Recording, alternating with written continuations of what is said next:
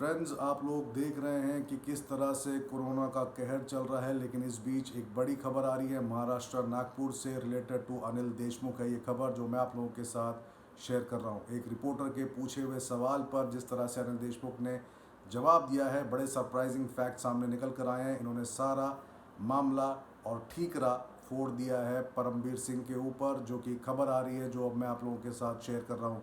Reporters ने कई सवाल पूछे, वन बाय वन मैं आपको उनके आंसर्स बताता जाऊंगा जो कि अनिल देशमुख द्वारा कहा गया। अनिल देशमुख सबसे पहले कहते हुए दिखे कि 30 साल के कैरियर में 22 साल मैंने पोर्टफोलियो संभाले हैं, लेकिन आज तक इस तरह का कभी भी कोई भी मामला मेरे अगेंस्ट में नहीं दिखा है जिस तरह से इस बार परमबीर सिंह भंडारी द्वारा एक्सटॉर्शन का मामला निकल कर आया।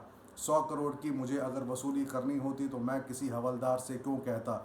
सचिन वाजे को हवलदार कहते हुए दिख रहे हैं अनिल देशमुख, और वहीं परमबीर सिंह भंडारी के ऊपर सारी बात डाल दी है जिस तरह से बता रहे हैं कि कमिश्नर ऑफिस में ही सारे मामले तय किए जाते थे। सचिन वाजे, रियाज काजी और सुनील माने द्वारा किया गया ये सारा मामला है, ये कहना है अनिल देशमुख का। ये सारे आपस में इन्वॉल्व हैं और परमबीर सिंह भंडारी ने एलिगेशंस इसलिए लगाए क्योंकि एंटीलिया बॉम्ब स्क्वायर केस और मनसुख हिरेन डेथ केस के चलते मैंने उन्हें ट्रांसफ़र कर दिया और जिसकी भरपाई मैं आज तक कर रहा हूं। और इस तरह के एलिगेशंस लगाए गए परमबीर सिंह भंडारी द्वारा, वरना रीइंस्टेट क्यों किया जाता सचिन वाजे को, और सचिन वाजे को 17 स्पेशल केसेस क्यों दिए जाते, ये कहना है अनिल देशमुख का। जब पूछा गया कि क्या सीबीआई सरकार गिराने के तहत इस मामले को तूल दे रही है, तो अनिल देशमुख कुछ भी कहते हुए बचे, लेकिन कहते हुए दिखे कि मुझे 100% जस्टिस मिलेगा। और आखिरी सवाल जो कि पूछा गया रिपोर्टर द्वारा कि क्या आप वापस सरकार में आएंगे, तो उस पर भी अनिल देशमुख ने कुछ नहीं कहा, लेकिन ये ज़रूर कहा कि जस्टिस मुझे ज़रूर मिलेगा, वापस आऊँ या नहीं आऊँ, एनसीपी मेरे साथ है। लेकिन ये सारा किया धरा परमबीर सिंह भंडारी का है, क्योंकि मैं किसी भी हवलदार को इस काम के लिए नहीं भेजूंगा। अगर मुझे 100 करोड़ की वसूली करनी ही होगी तो मैं किसी कमिश्नर के तहत ही इस काम को कार्रवाई दूंगा।